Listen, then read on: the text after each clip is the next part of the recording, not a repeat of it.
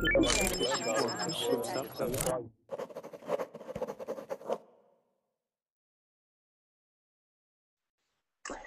everybody, it's Lisa again, and in this hour we are going to be reading an article from Wired.com. Wired.com is a magazine, actually. It's the online version of the Wired magazine, which does articles on technology and science and life and business culture and things like that. So today I chose an article which is going to be about photography exhibit, actually, and desk jobs and things, and I put the article link there, but I'm actually going to be doing the reading on a Google Doc, so I'll put that up there in just a minute. Hi Antonio, how are you doing? Hi, can you hear me? Yes, I can hear you great. Good. Where are you from, Antonio? I'm from Italy, and this is the first time I join Verbling. Oh, okay, wonderful. How did you hear about Verbling? Searching in internet. Okay, great, wonderful. Yeah, so I'm going to be explaining how it works here in just a minute. You're in here in the reservation, so you get to make sure that you're here. You came in early. What happens in about 1 minute or less is that the Join Class button will appear, and people can start clicking on that. And when they do, they will join us here in the Google Hangout, and we'll see all their pictures come up here below. And then we're going to be doing reading. So this is intermediate to advanced level reading and discussion. And it looks like you like to do reading. I see a lot of books in the background there. Yeah, this is my room. Nice. Do you read in English also? Do you have books in English? Yeah, also. But I've been studying German and Russian in the last year, and so I need to practice again with English. Okay. What are you studying German and Russian for a certain reason, or just because you enjoy it? I'm studying foreign languages at the university. I see. Okay, great. Wonderful. Das ist gut. Sehr gut. Danke. Good. Bitte. Okay. All right, so it looks like people are coming in. I just want to say hi, everybody. Hi, Tan and Maria. Long time no see. Yeah. Okay, Kubra, how are you today? And Yada's in the chat. Hi, Yada. And Julissa, hi there again. Hi, Lisa. Hi. All right. And Hazel, hi there, Hazel. Christoph's back. And Antonina, how are you? Hi, I'm fine, thank you. Okay, great. You guys ready to do some reading? Yes. Okay. So the I don't know if you guys clicked yet on the Wired link that I put up there, but this is the pictures. So here's some of the pictures. We can just go through it, and I'm going to put them in the screen share so that other people who are just going to listen to this class will be able to see. You can also open the link if you're listening. Antonina, you're also learning German and Russian too? Wow. You guys are ambitious. Huh? That's great. I'm studying my French and my Spanish. I haven't yet well, I did join one Verbling Spanish class, but I don't usually have enough time to really go in for the full class. But I sometimes watch Paulino or other Carlos or other teachers, so it's pretty fun. So I think in the future Verbling will have more languages, so it'll be a good resource for people who are learning other languages as well, not just English. Okay, so here we'll just take a look at some of these pictures. Here's this guy, and what the article is about is his book that he has created, and it's a book of photography. And he basically went around the world taking pictures of people at work in what we call desk jobs. Jobs where you basically sit at your desk all day and work. So it might be, it looks like that lady is in her house or a bedroom. Some people are in an office space. Some people are in all different kinds of areas. She's sitting on a ball there. different kinds of chairs, different kinds of decorations. And so in the article, we're just going to read a little bit about it. This looks like a... So anybody here in the Google chat, before we start, how many people sit at their desk all day and work? Anybody? Yeah. Oh, Maria, yes. How many hours a day do you spend working at your desk, do you think? At least 8. Wow, at least 8. Do you look like that sometimes? Yeah. Falling asleep? But I don't take a nap. You don't take a nap. Okay. No. All right. Good. Tan, how many hours do you spend at the computer a day? I don't know. 1, 2, 4. Take a guess. From 3 to 4 hours. 3 to 4. Yep. Julissa, how about you? What kind of a job do you have? Do you have a desk job? Yes, well, now this is part of my practice or internship. But yes, we have some periods. For example, I have some times that I have to work in the office. But for example, the past week, I had to travel to the jungle to do the research, to get some information. So that was very interesting. And that's what I like, to be outside, getting information from the people, making interviews or focus groups. And yes, that is outside the office. But tomorrow I have to go again to the office I start from 10 to 5 p.m. And yes, that's basically in front of the computer, passing the information, yes. Yeah. Just working on, do you work on reports and things, or what kind of information do you work with? It's for a project. This is a nutritional project. Oh, okay. And yeah, I'm supporting the communication area. We are going to create some messages, like maybe we are going to make radio spots, advertisements. Yep. For the mothers to change their habits, to give a better nutrition to their kids. Yes. Okay, good. Okay. And Hazel, do you have a job where you sit at a desk? No. What do you do? I'm a teacher. I'm a math teacher. Only at home about 2-3 hours. I try not to stay not too many hours on the computer, but usually I end up staying about 2 or 3 hours. Yeah, especially if you do some verbling classes, huh? Yes. Time. We say time flies when you're having fun. Indeed. Yeah, it goes by very quickly. That's why it's dangerous for me if I start a verbling Spanish class or something, because then I won't ever get up from the computer. I'll just keep going and doing different classes and learning things and talking to people. Yes, indeed. Imad, how about you? How many hours a day are you spending at your desk? You would better ask me how many times I spend away from my computer. Okay, how much time do you spend away from your computer?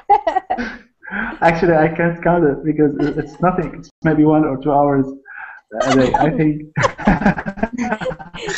Or just sleeping. Do you sleep with your computer? Yeah, I cut on my computer and you know. Even in my job, I really depend on my computer. Even in my job, when I'm repairing something, I'm repairing device, for example, there is a special kit that connect this device to the computer to make inspection scan of that. And we have also the data sheet that explain everything, and we work on the computer every day. So my job, my office, that it was always like conference. If you came in the class, in the office, you found everyone is standing or sitting in front of his computer screen and making some computer stuff. So yeah, we used to be like computer alcoholic people. Yeah. It's kind of amazing. Like, what did we do before computers? Like, what kind of jobs did people have? You know, it just. Yeah, it was. I think it was it was terrible. Yeah. Well, Christoph, do you spend a lot of time at a desk in front of a computer? Yes, I do. How many hours per day? Uh, so it depends because on the days week I work in a company, so I'm a computer developer. So you can imagine. Yes, I see. What do you develop? Software programs or websites or? Okay. Yeah, software developer. Okay. Blanca, how about you? What do you work at a desk? Yes, I spend about 8 hours a day in front of the desk, but I also do some other interesting things, so it's not boring at all. Oh, okay. Do you get up and go do something else besides working at the computer, or what? Yeah. Most of the times I have to use the computer, the internet connection, but I spend time with, I work in a high school with teenagers. Going with them, talk to them, going to the cafeteria and have some coffee. I don't know. It's very funny. Yeah. Okay. Great. And Antonio, how many hours a day do you spend at your computer, at your desk, studying, working? I spend many hours in front of the computer. 4 or 5 hours per day. Yeah. Okay. Working or studying or just playing games. Yeah, yeah. Has anybody gone outside yet today? Yes. I was jogging. I was jogging like 2 kilometers. Oh, you went jogging. Okay. Antonio. Maybe I take my computer. I take my computer for a ride around the house. You take your computer for a walk? I took my iPhone. I went jogging around. Well, I went walking around the track, and I had my iPhone. I was listening to a French podcast. So, yes. Have they started with French classes and verbling? No, not yet. Not yet. Antonina, do you work at a desk? Yes, but well, not really.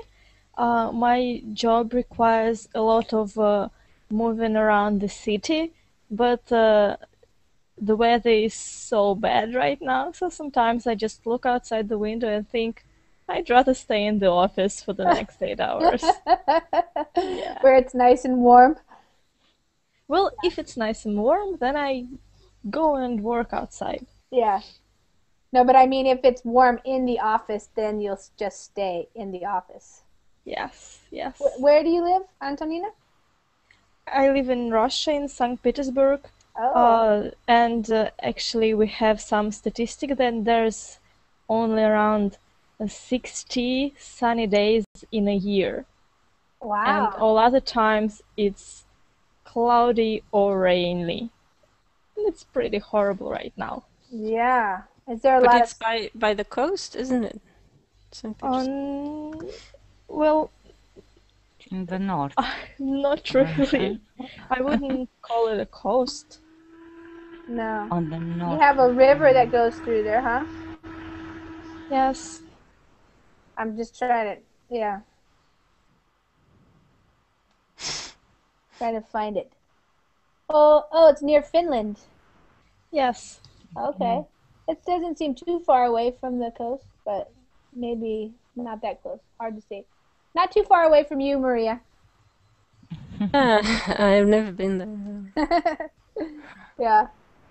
Okay. All right. So let's do some reading. I just wanted to show you those pictures and get into the mindset of what we are going to be talking about. And I gave it to you guys in the document, and now it should be available for everybody to open and look at. So it looks like you guys are there. All right. So this is how we do the reading class. I'm going to highlight some parts, and then I'm going to read.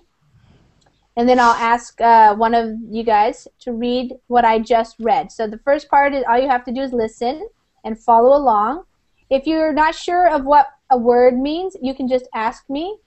Sometimes I'll pick out some words that I think might be a little bit more difficult and tell you those. And then after we finish reading it, we will have a discussion about it, and you guys can talk about your own personal experiences and what comes up for you when you read about this and that type of thing. Okay? So here we go. It's called You Are Not a Unique Snowflake. Desk jobs suck everywhere. Okay, so I guess we should go over the first one. What does it mean to suck?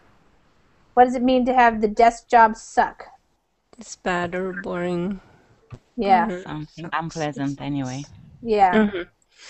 Boring. Yeah, so anytime you hear, I don't know if they use that phrase in England or elsewhere, but it's very popular in the United States to say that something sucks. You can say this, my job sucks, or that car sucks, or the weather sucks, or whatever. Is it formal way? No. Is it formal way? No. It's very Informal. informal. Slang. Very informal, very slang. Mostly you hear kids using that. You wouldn't say that to your boss, for example, unless your boss was like your best friend or something like that. Usually it's another way to say this is very, like the weather is miserable, you could say, or you could say the weather sucks. So you would say miserable that would be a more formal way of saying it. You know, the weather is miserable, the weather is nasty outside. But if you say it sucks, it just means that you think it's bad and you don't like it at all. What about unique snowflake? I've never heard that. Okay. So have you heard of the idea that every snowflake is unique or different? Okay. You are not. You're not a unique snowflake. So what do you think he's trying to tell you in this title? It's very common. Yeah. Yeah. You're not the only one who has a sucky desk job, is what he's saying.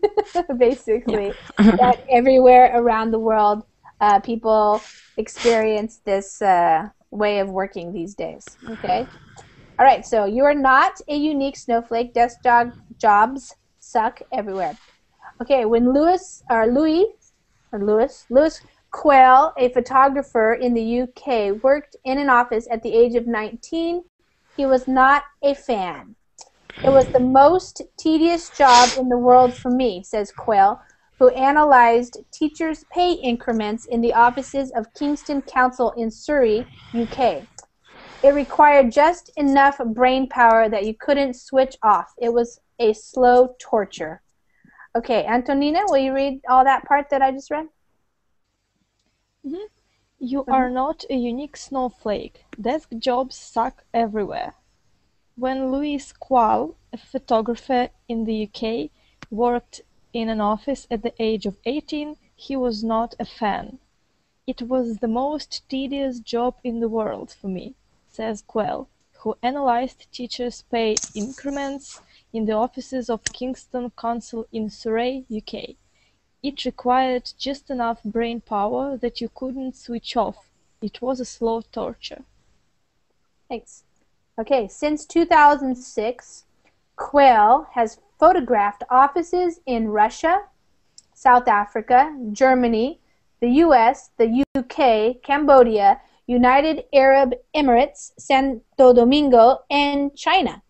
Municipal departments, call centers, financial brokers, and commodities traders all feature in Quayle's series Desk Job. Okay, Antonio. Yeah. Since 2006, Quayle has photographed offices in Russia, South Africa, Germany, the US, the UK, Cambodia, United Arab Emirates, Santo Domingo, and China. Municipal departments, call centers, financial brokers, and commodities traders all feature in Quayle's series Desk Job. Okay. It's a topic that's been on the tech world's mind since Marissa Mayer, CEO of Yahoo, recently beckoned all work from home Yahoo employees back to the company offices. To become the absolute best place to work, wrote Mayer, communication and collaboration will be important. So we need to be working side by side. Okay. Let's see that part next. Blanca, read that? Yes. It's a topic that's been on the tech world's mind since Marissa Mayer, CEO of Yahoo, recently beckoned all work from home Yahoo employees back to the company's offices. To become the absolute best place to work, wrote Mayer, communication and collaboration will be important, so we need to be working side by side. Okay, so the tech world's mind, so that is just short for technology. Yahoo, you guys familiar with the website Yahoo? Yes. Okay. Yeah. All right, so this is the CEO. This is her name, Marissa Mayer. And she recently beckoned. What does that mean? Beckoned. She beckoned all work from home Yahoo employees back to the company offices.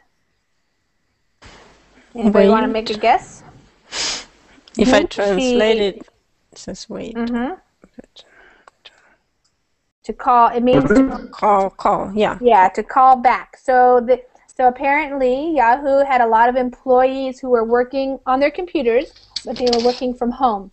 Now she wants all of them to come back to the offices, the Yahoo company offices, so that they can work together in an office. Because she thinks that's the best place to work for communication and collaboration, which means working together. And so they'll need to be working side by side, so right next to each other.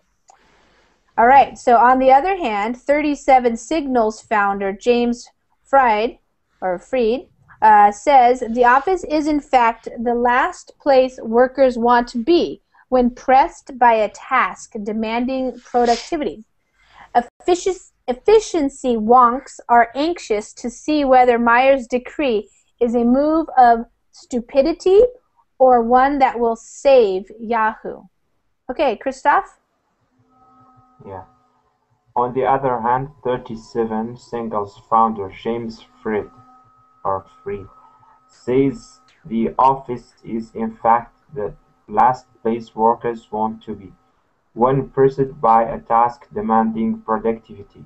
Efficiently, wonks are anxious to see whether Meyer's decree is a move of stupidity or one that will save Yahoo. Right. Okay, so I put the couple of definitions for wonks up there. In this case, it's kind of a funny word. So 37 Signals founder. So 37 Signals is another website, and this person, the guy who started it, he disagrees. He says that the office is, in fact, the last place workers want to be when they're pressed. That means when they have to do something by a certain time frame. They're pressed by a task demanding productivity, so something that has to get done. Efficiency wonks. So that would mean people who study efficiency. And there are people who study this, and they want to see whether or not this is really going to help Yahoo. Do they think it's a stupid move or one that will save Yahoo? I don't know if you guys have read, but Yahoo is becoming less and less popular these days. So it used to be a very large and successful company, and it's on the stock market, so it has shareholders that are watching it, and so they're going to try to save it. All right, we'll see what happens. All right, the next paragraph says, as we have moved into the technical and information age, there has been a shift towards more office-based work, says Quayle of Globalization. Whatever our job title or geographical location, our tools and environment are becoming similar. It is quite perverse to travel around the world to photograph inside an office that looks like it's in Croydon, UK. All right, so pretty much they're looking the same. Imad? Yeah. As we have moved into the technical and information age, there has been a shift towards more office-based work, says Quell of Globalization. Whatever our job letter or geographical location, our tools and environment are becoming similar. It is quite preserves to travel around the world to photograph inside an office that looks like it's Croydon, UK. Right. So I just want to go over a couple words here. So shift. So they're saying that the jobs are shifting. That means it's changing. If something shifts, it changes. And so in globalization, people have probably heard that word. It might be similar in your own language. It's a new word that talks about things happening all around the globalization of everything. The economy, that means things are being built in one place, shipped to another, marketed by another company that's in a different country perhaps. So rather than just working locally in your own town or your own city, people are working globally all around the world. Like Verbling is part of globalization. It's people working from different places all around the world. So whatever our job title or geographical location, our tools and environment are becoming similar, so very much the same almost, and it's quite perverse. You guys understand that word? It means like strange or kind of weird, to travel around to make photos of all these offices when they really look basically the same as the one in his own town. Okay? But, so Quayle acknowledges he is not the first photographer to look at the peculiarities of office life. Anna Fox's Workstations, 1988, took a swipe at Margaret Thatcher's commerce-obsessed Britain, while Lars Thunbjörk's Office, 2002, used odd moments, static partitions, and contorted workers to show us it was business as usual for office weirdness in the new millennium. Jan Banning's Bureaucratics, 2007, expands the view of workspaces beyond the West and into developing nations. Banning's work is less cynical than that of Fox and Thunbjörk, but still shows us that no matter where you are in the world, offices and officers are unavoidable. Okay, Hazel? Yes. Can you read that, please? Yes.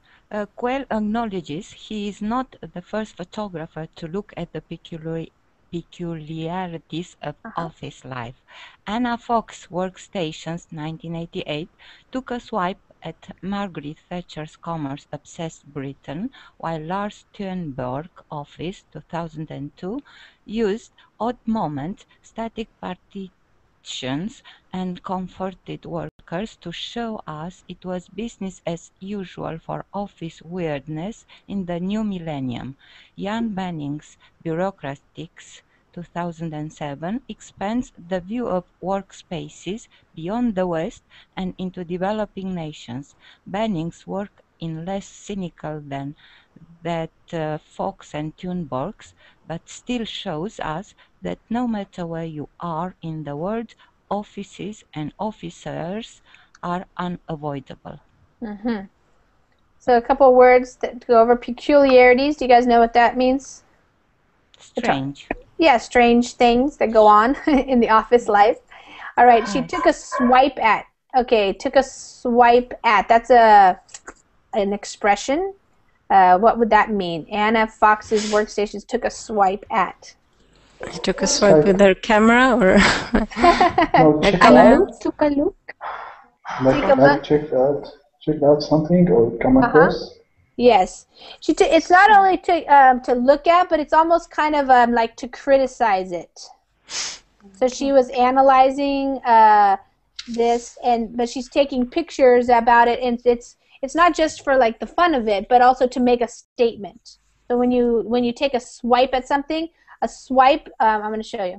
Okay, so a swipe can also be like a hit. Like you're going to hit somebody, you take a swipe and make a punch. So she's trying to take a swipe at them. So it was kind of probably, I don't know, I didn't look at that piece of work, but it sounds like she was trying to criticize it or put it in a way where people would look at it and think about it. So Margaret Thatcher, everybody know Margaret Thatcher. She was the Prime Minister of England. Yeah. And she was saying commerce obsessed. So Margaret Thatcher, I think, has the reputation of being pretty pro business and stuff. So she's saying that They were taking a look at what was happening to Britain when they made these changes in their business practices and stuff.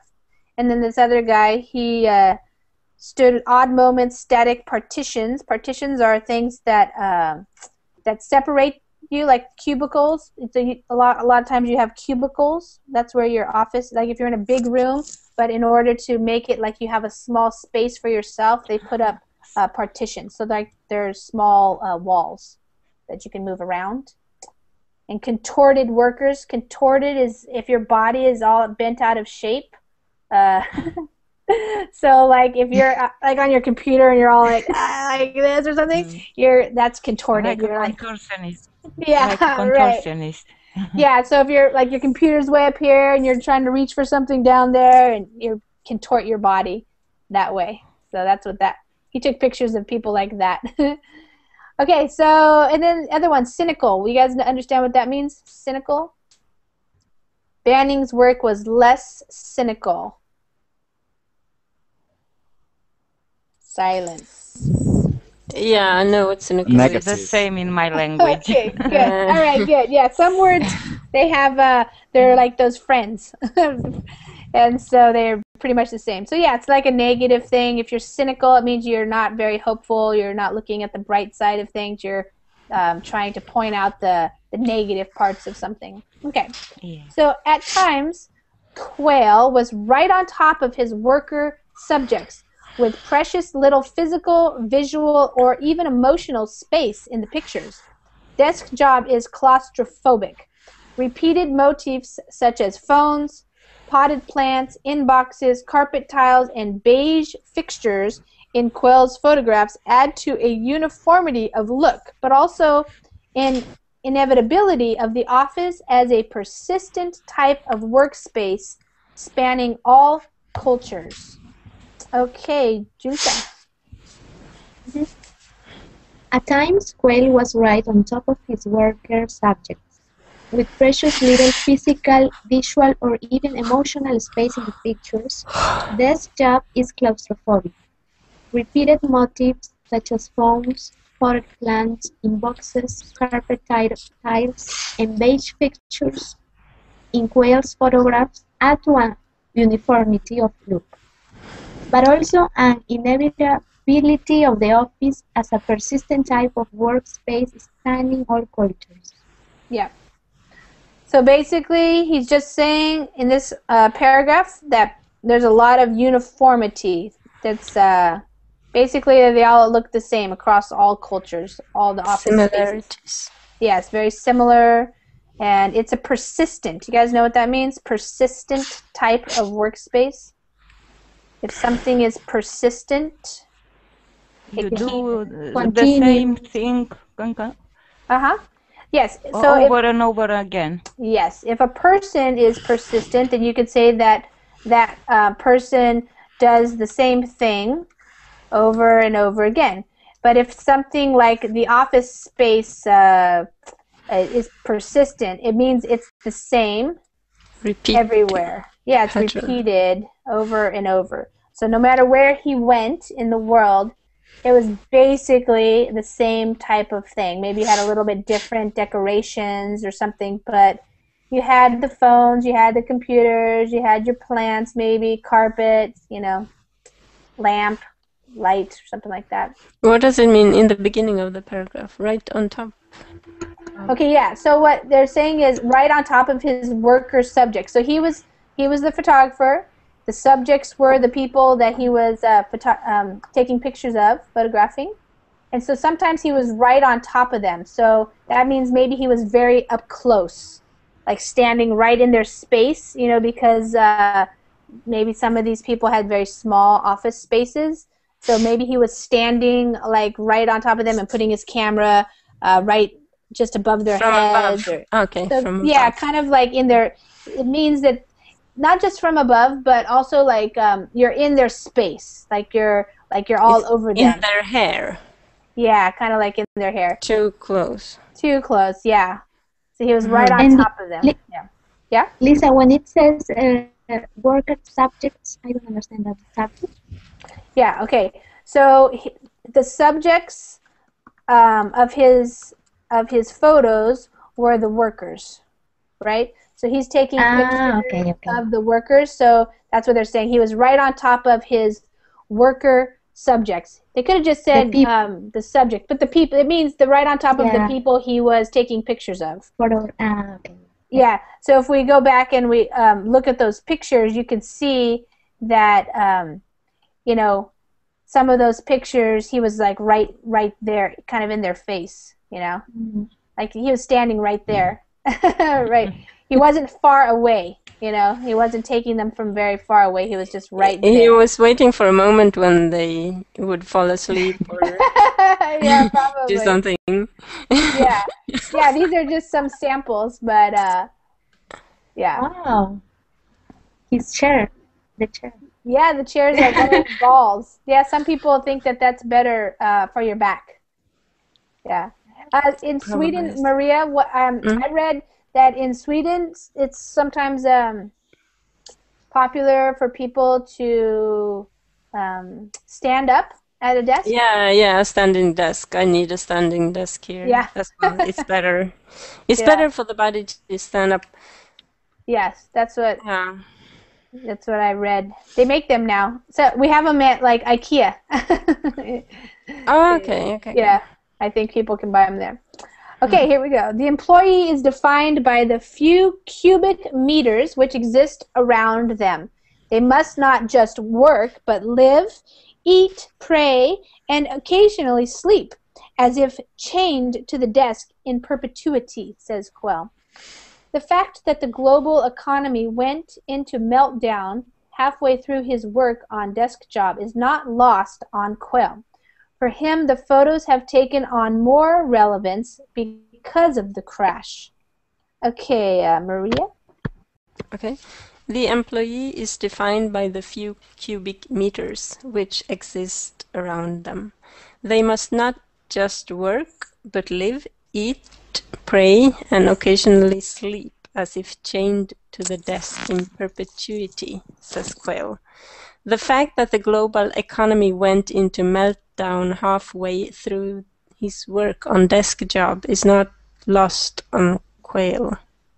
For him, the photos have taken on more relevance because of the crash. Okay. What does it mean, the employee is defined by? Identified, perhaps. They must stay. Yeah, that's right. Must stay. If you're defined by it, it's basically you must stay in that space, but it defines you in the sense that it tells you what you can do there, what you can and can't do, really, in the space. So if you're defined by that small space, it means you can't really get up and just go do anything you want, but you're going to have to do it in that space. So you have to live, eat, pray, maybe sleep. And he's making it here as if, so that's like, it's like you are chained to the desk in perpetuity. What does perpetuity mean? You guys know? Forever. Yes, forever. What is it? Forever? Forever, yeah. Really? So that's kind of like a dramatic image that you're chained to your desk forever. You can't ever get up and go do something else. You're tied there forever. Yeah, you're tied to your desk. Okay. What is the verb? Is there no? I mean the noun. Is there a noun? Perpetuity. Yes. Yeah, it's chained. A noun. That's okay. So they must not just work, but live, eat, pray, and occasionally sleep, as if. So that's introducing the clause there, as if. And then he could say, as if they were. But you don't say that. You just say chained, as if chained to the desk. So the verb is chained to the desk in perpetuity. Perpetuity is a noun. Yeah. Noun, it's a noun. Okay. Yeah. Yep. Yep. Okay, so the fact that the global economy went into meltdown, what is he referring to, the meltdown, the economic, what does that mean? The crash, probably. Became liquid from... Yeah, crash. Solid state. Yeah. Right, it melted down. So if something melts, it's being too hot and it's melting. Like you can melt wax on a candle, or plastic can melt if it gets too hot, or something like that. But the economy crashed, so the prices fell, people lost their jobs, governments had too much debt, those kinds of things, and the banks. So that's what they're referring to, the meltdown. Meltdown is what happens sometimes in the nuclear.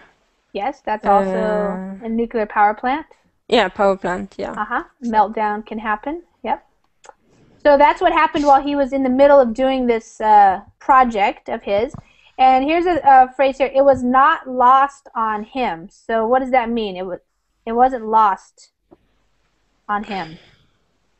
So it says, the fact that the global economy went into meltdown halfway through his work on desk job is not lost on Quayle.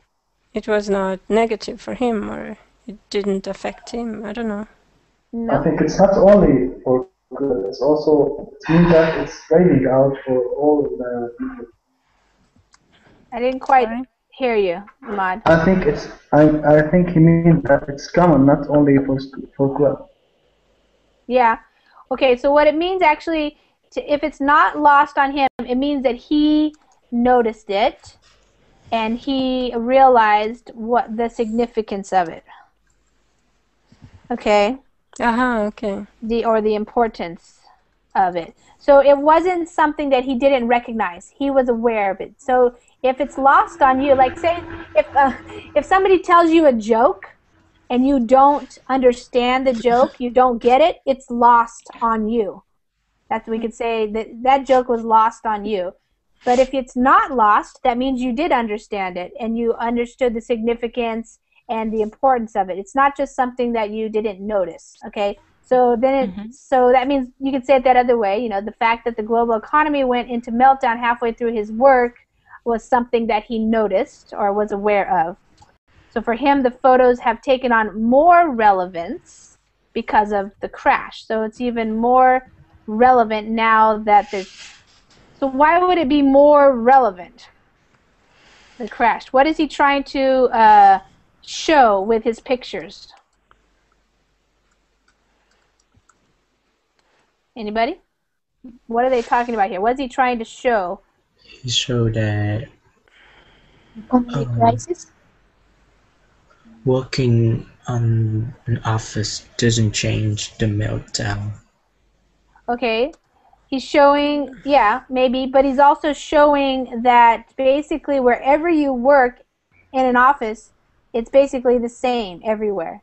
So everybody's experiencing the same type of thing. So if you're all working in desk jobs and you're all relying on a certain type of economy, an economy that uses computers and the work that people do on computers, then if that crashes, it's going to affect everybody in the whole world, not just some people. Okay? All right, so the idea was always to talk about the relationship between the individuals and their companies, a take on globalization and corporations. Now, I think even the most hardened capitalists have to review the idea of unfettered capitalism, says Quayle, who believes some people pre-credit crunch had blind faith in the private sector's ability to check and balance. Okay, Tan, you want to read that? That's a really important paragraph there, so see if you can understand that while Tan's reading, because I'm going to ask you what it means. Go ahead, Tan. The idea was always to talk about the relationship between the individuals and their companies, a take on globalization and corporations. Now, I think even the most hardened capitalists have to review the idea of unfettered capitalism, says Kell, who believes some people pre-credit crunch had blind faith in the private sector's ability to check and balance. Yes. Okay. So it says the idea was always, so the idea for the book was always to talk about the relationship between the individuals and their companies. Okay, so that's one part. He wanted to show that relationship there between people who work for different companies and the company itself, and also a take on. So what does that mean, a take on? That's a phrasal verb there. A take on globalization and corporations. What does it mean, a take on? I think it means point of view. Yeah, that's a good way to put it. So he has a take. So you could say, I could ask you, what is your take on globalization? And what I'm asking you is, what do you think about globalization? So your take on something means your thoughts about it, your opinions about that particular thing. So he's presenting in his photographs his take or his opinion about globalization and corporations. Okay? So now I think even the most hardened capitalists have to review the idea of unfettered capitalism. So what is he saying in this sentence? Who are the hardened capitalists? What does that mean? Who is he describing? What is a hardened capitalist? Those who believe the most in capitalism. Or I don't know. Yeah, so if you if I were to describe you as a hardened capitalist, that means that you are a capitalist until you die. That means you just believe that capitalism is the best thing, and in fact, it's good for everybody and the whole world, and there's nothing better. Okay, so that is what that would mean. Yes? So, if you are a hardened capitalist, you believe strongly in capitalism. Yes, right. Exactly.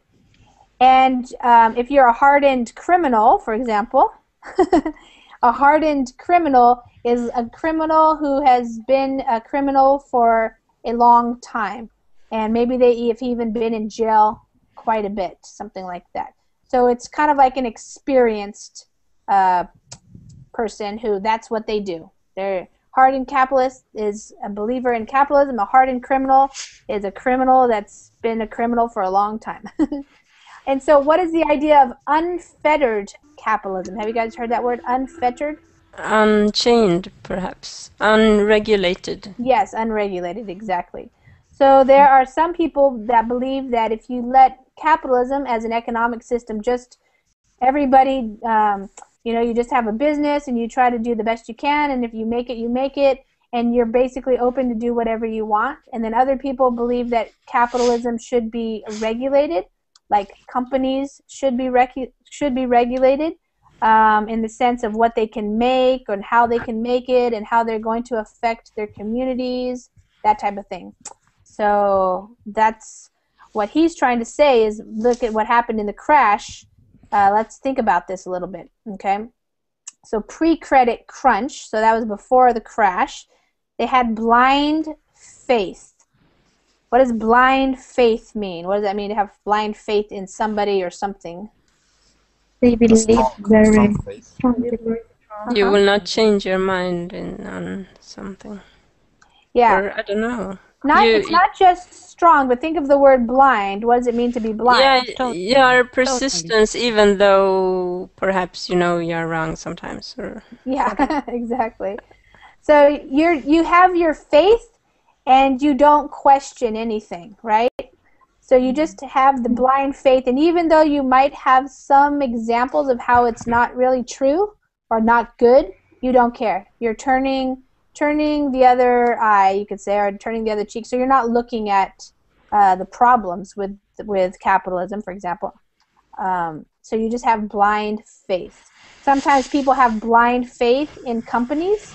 So if I have a blind faith in a company, for example, that means I don't I just believe that they're doing the best they can, yet they might actually be polluting, or they might actually be using child labor in some other country. I don't really look at that. I just believe what the company tells me. I don't do my own investigations to understand. Is it like an unnuanced view? Nuanced view? No, not really. It's just like, to have blind faith. People have blind faith in churches, in religion. They have blind, they have blind faith in companies, in governments, in leaders. You could have blind faith in your diet. You just think it works even though you're not, it's not, you're not healthy, you know, or something like that. So yeah. Okay, and the private sector. So they had blind faith, and this is what they had blind faith in. So you have blind faith in, so that's the phrase, blind faith in, the private sector's ability to check and balance. So who is he referring to at the private sector? Who would that be? Private sector. Companies? Yeah, companies. So we differentiate between the private sector and the public sector. So the private sector is businesses and corporations that are private, and then the public sector is the government. So presumably the government is supposed to be working for the good of all of the people, and oftentimes the private sector is only working for the good of the company or their shareholders, the people who invest money in the company and get money back. And so what they're saying is they had blind faith in the private sector's ability to check and balance. So usually, unless a government is regulating companies, people believe that the company itself will regulate itself. And there's been enough evidence for people to know at this point that that's not true. That's not necessarily true. So in the United States, for example, we had big problems with the banks because they were not doing checks and balances on themselves. They were just going crazy with money and greed and all the things they were doing. Okay, we're going to finish up here with a quote from U.S. Senator Elizabeth Warren in the project statement for Desk Job. Quayle cuts right to the heart of the matter. Whether corporations should enjoy the same legal rights and protections as a person. Okay, so he got this person, Senator Elizabeth Warren, to do write a little something in the beginning of his book, and it says it cuts right to the heart of the matter. That's a phrase that we use a lot. What does it mean to go straight to the heart of the matter? To cut the problem. Cut to the chase. The core, the main point. Yeah, the core. Okay, good. Yeah, it's kind of cut to the chase would be more like get to the story that you're supposed to be telling me, get to the good part of it, you know, get to the most important part of something that you're telling somebody. But to get to the heart of the matter means to get to the most important part of what you're trying to get across. So it's kind of the same thing. It's a little bit different though. So we'll get to the heart of the matter means get to what you're trying to say. So what is it that you're trying to say? Well, what he's trying to say is should corporations have the same legal rights and protections as a person, which is what they have in the United States. So let's see, who's next here? Okay, Antonina. Okay, you want to read there? Mm-hmm. That one? Okay, great. With a quote from U.S. Senator Elizabeth Warren in the project statement for Desk Job, Quayle cuts right to the heart of the matter. Whether corporations should enjoy the same legal rights and protections as a person. Mm-hmm. At the Democratic National Convention, Warren told the crowd, corporations are not people. People have hearts, they have kids, they get jobs, they get sick, they cry, they dance, they live, they love, and they die. And that matters. That matters because we don't run this country for corporations. We run it for people. Okay, Antonio? This is a nice paragraph. Yeah. Yes. Okay. At the Democratic National Convention, Warren told the crowd, corporations are not people. People have hearts, they have kids, they get jobs, they get sick, they cry, they dance. They live, they love, and they die. And that matters. That matters because we don't run this country for corporations, we run it for people. Yeah. All right. As an English citizen, Quayle has no dog in the fight of economic politics in the U.S., but the feeling that corporations have extended their power beyond reasonable boundaries bothers him. I can't help but be concerned by these increasingly large companies and their unelected CEOs with more power than presidents, seemingly accountable only to profit and their shareholder, he says. Okay, Blanca? As an English citizen, Quayle has no dog in the fight of economic politics in the US, but the feeling that corporations have extended their power beyond reasonable boundaries bothers him. I can't help but be concerned by these increasingly large companies and their unelected CEOs with more power than presidents, seemingly accountable only to profit and their shareholder, he says. Good. Can I ask you a question? Yes, please. Okay. What does mean Quayle has no dog in fight? Yeah, okay, I was going to go with that. So he has no dog in the fight. What do you think that means? Reading the whole sentence, as an English citizen, so he's not American, he's English, so he has no dog in the fight of economic politics in the U.S. There's nothing at stake for him. Exactly. So he is not an American citizen, so presumably the American economy and the politics around that don't have much to do with him as an English citizen. So, but he still is concerned. So even though he doesn't have a dog in the fight, so if there's a fight and there's two dogs fighting, he doesn't have a dog, so it's not that important to him, but he does care. So that's a kind of a funny expression, just to mean that even though he doesn't have a specific interest, okay. Yeah, like an interest, he still is concerned. Okay. Thank you very much. Yeah, sure. All right. So this is the really important thing here, is that a lot of people believe that these CEOs, which is true, they're unelected, so they're usually just given the job, maybe by the board of directors or something within the company, and that they often have more power than presidents, or seemingly so, and that they are only accountable, so that means they only answer to profit, making money for the business, and their shareholders. So that seems to be a problem with these corporations. So we have a little bit more. Let's finish up before the end, and then we can talk about it a little bit. Touches of color and office flair sustain a glimmer of individuality for the subjects of Quayle's photographs, but also provide blessed visual relief for us, the viewer. Ultimately, Desk Job is about that daily cold dance between employer and employee. Okay, Hazel? Touches of color and office flair sustain a glimmer of individuality for the subjects of Quayle's photographs, but also provide blessed visual relief for us, the viewer. Ultimately, Desk Job is about the daily cold dance between employer and employee. Mm-hmm.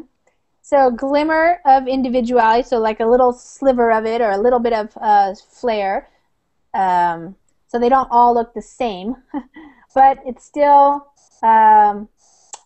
he's describing it as a daily cold dance. So that image is not very warm and friendly, but a cold dance. All right, the last paragraph says, companies tend to strive for straight lines and uncluttered office spaces, whereas individuals have an urge to colonize and personalize, says Quayle.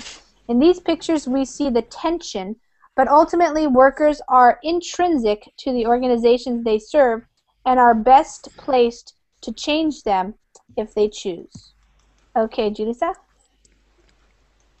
Companies tend to strive for straight lines and uncluttered office spaces, whereas individuals have an urge to colonize and personalize, says Quayle. In these pictures, we see the tension, but ultimately, workers are intrinsic to the organizations they serve and are best placed to change them if they choose. Mm-hmm. Okay, so what is he saying here about this? Companies, what do companies like?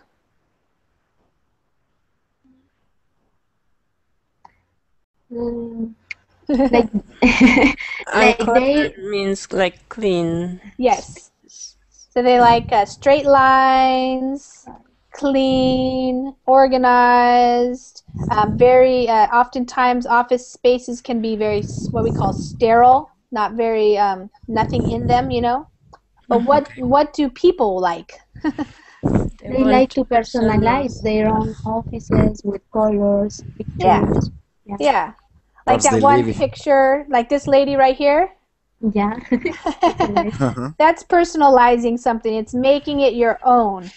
You're personalizing your space. You're putting stuff in there that is special to you. Yeah. Okay. Maria, do you personalize your office space? Yes. Well, yeah. Because it's in my home. So yeah, I guess that's really personal. I mean, it's impossible not to do that. Yeah. Yes. Tan, do you have stuff around your computer that makes it more just for you, like a personalized space? Tan? Where'd you go? Okay. Well, our class time is up, you guys. So hopefully this was interesting. I think there were some interesting phrases here, and maybe it sounds like some new words. In this last sentence here, he's basically just saying that there's some tension there between the workers and the organizations. But ultimately, because the workers are intrinsic, that means they're part of the organization. Like if you didn't have workers, you wouldn't have an organization. They are the ones that can help change everything, change the office culture, and if the company wants to do that, that's where they should look, to the people who are actually working for the companies. Okay? Anybody have any questions or comments before we finish up? No, it was a very good article. A lot of exciting words and phrases. I like when there are phrases to learn. Yeah. And that's good. Wired.com is a good magazine for that because it's a good mixture between more kind of formal or academic or high-level writing, but using a lot of everyday phrases as well. A lot of colloquial slang terms or just expressions. Yeah. You provide a very good explanation. Okay, great. Yes, okay, guys, thanks for joining. I have another class tonight in about 5 hours, and I have more during the week. So if you guys want to look at my schedule, you can. But also, there's other Verbling teachers that will be teaching more. So if you want to continue to stay in front of your computer, then you can. Otherwise, maybe you want to get up and go take a walk or something. Okay, I'll see you guys another time. Thanks for coming to class. Thanks, Lisa. Bye. Thank you. Thank you, Lisa. Bye. Okay, bye, everybody. Bye. Take care. Bye.